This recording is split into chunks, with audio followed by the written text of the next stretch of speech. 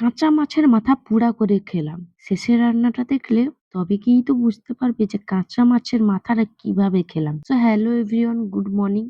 আজকে রান্না করব পাটিয়া মাছের ঝাল দেয়া আর ভোলা মাছের মাথা পুড়া আর আর করলা চিংড়ি, মানে একদম গুঁড়ো গুঁড়ো চিংড়ি, একদম গুঁড়ো গুঁড়ো চিংড়ি, সেটাকে আলু উচ্ছা বেগুন দিয়ে চচ্চড়ি। তো চলো উনুনটা জ্বালিয়ে নিই। তোমরা কে কে আমার মতো পলিথিন দিয়ে উনুন জ্বালাও কমেন্ট করে অবশ্যই বলবে। তো কড়াতে সর্ষের তেল দিয়ে গরম করে নিলাম, এরপরে মাছটা ভেজে নেব। মাছটাকে কিন্তু একটু ভালো করেই ভাজবে, এটা যেহেতু নোনা মাছ, সমুদ্রের মাছ, তো এই মাছটাকে একটু ভালো করে এদিক ওদিক করে ফ্রাই করে নিতে হবে। তো দেখো এখানে আমার মাছটা কিন্তু ফ্রাই করা হয়ে গেছে। এবারে মাছ ভাজার তেলে আর একটু তেল দিয়ে দেবো। এদিকে দেখো আমি কিন্তু তরকারি সবজিটা কেটে নিয়েছি, আলু বেগুন টমেটোটা দেবো। তো ওটা আমি পেঁয়াজের সঙ্গে দেবো। তেলের মধ্যে ফোড়ন দিলাম, পেঁয়াজ দিলাম। এবারে পেঁয়াজটাকে ফ্রাই করতে হবে, ভালো করে ফ্রাই করতে হবে। পেঁয়াজটাকে লাল লাল করে ভেজে নেব।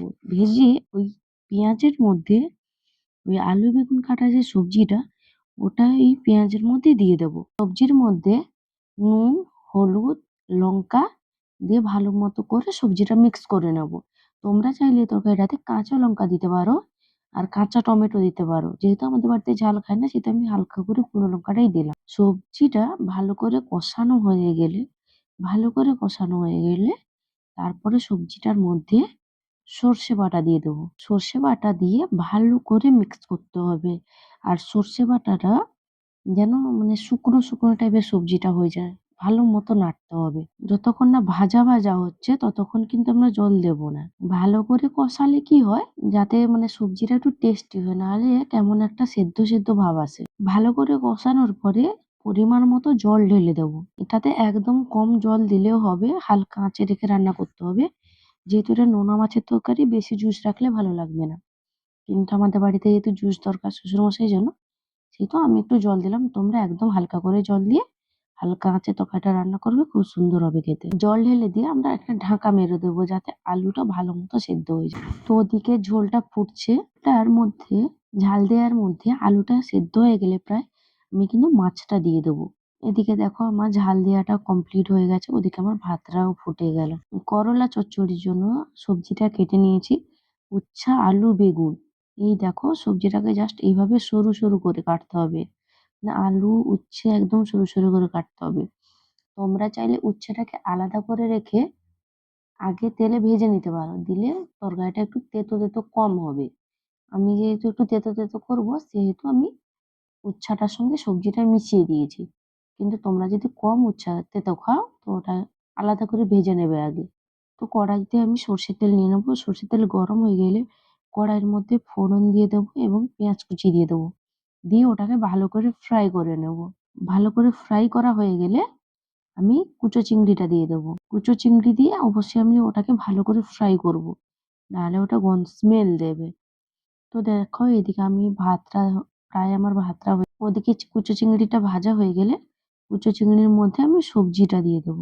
সবজিটা দিয়ে কুচো চিংড়িটা নেড়ে ওর মধ্যে নুন হলুদ পরিমাণ মতো লঙ্কা দিয়ে দেবো। সবকিছু দিয়ে এবারে সবজিটাকে আমি ভালো করে মিক্স করব।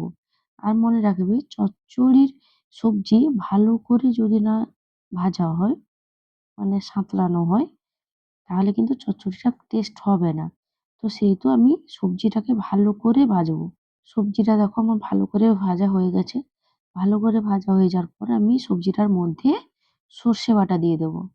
যেহেতু আমাদের উড়িষ্যার এদিকে ঘর, তো এদিকে প্রায় প্রত্যেকটা তরকারির মধ্যে সর্ষে বাটাটা মাস্ট বি পড়ে। মনে রাখবে, চচ্চড়ির আনাজ যত বেশি সাঁতলাবে টেস্টি ততটাই হবে। সর্ষের যে জলটা আছে ওটা কিন্তু শুকিয়ে ফেলতে হবে, দিলে দেখবে সবজিটা জাস্ট ভাজা ভাজা টাইপের হয়ে যাবে, ঝরঝরে টাইপের। তো এখানে আমার সবজিটা প্রায় ভাজা ভাজা টাইপের হয়ে গেছে। তো দেখো আমার সবজিটাও ভাজা ভাজা টাইপের হয়ে গেছে, তো আমি এর মধ্যে জল দিয়ে দেবো। এখন দেখো চচ্চড়িটা জাস্ট এইভাবে শুকিয়ে আসবে, এরপরে আমি ওটাকে মিক্স করে দেবো ভালো করে। এই দেখো আমার চচ্চড়িটা এখন প্রায় কমপ্লিট।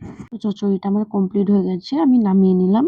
এরপরে আমি ভোলা মাছের মাথাটার মধ্যে নুন, হলুদ, পেঁয়াজ, লঙ্কা এবং কাঁচা তেল ও কাঁচা সর্ষে বাটা আমি দিয়ে ওটাকে ভালো করে মিক্স করে নেব, এবং একটু টমেটো তো এখানে আমি টমেটোটা দিতে ভুলে গেছি, তো এটা আমি পরে দিয়ে দেবো। এই তরকারিটা তোমরা করে দেখবে, সত্যিই খুব টেস্ট হবে। আর এই তরকারিটা দিয়েই কিন্তু সবার খাওয়া প্রায় হয়ে যাবে। হালকা তেল দিয়ে কড়াইটা গরম করে নেওয়ার পরে আমি ওই মাখানোটা ওর মধ্যে দিয়ে দেবো এবং সামান্য পরিমাণ জল দিয়ে হালকা নেড়ে চেড়ে ঢাকা মেরে দেবো। তো কিছুটা রস শুকিয়ে যাওয়ার পরে এটাকে আমি ভালো মতো করে মিক্স করে নেবো এবং পুরো ভাজা ভাজা টাইপের যতক্ষণ না এটা লালচে কালার আসছে ততক্ষণ আমি এটাকে জাস্ট নেড়ে যাবো। এই দেখো আমার প্রায় লাল লাল কালার এসে গেছে। তো এটা আমার কমপ্লিট হয়ে গেল। আর ভিডিওটি ভালো লাগলে অবশ্যই চ্যানেলটি সাবস্ক্রাইব করে যাবে। প্লিজ শেয়ার করবে।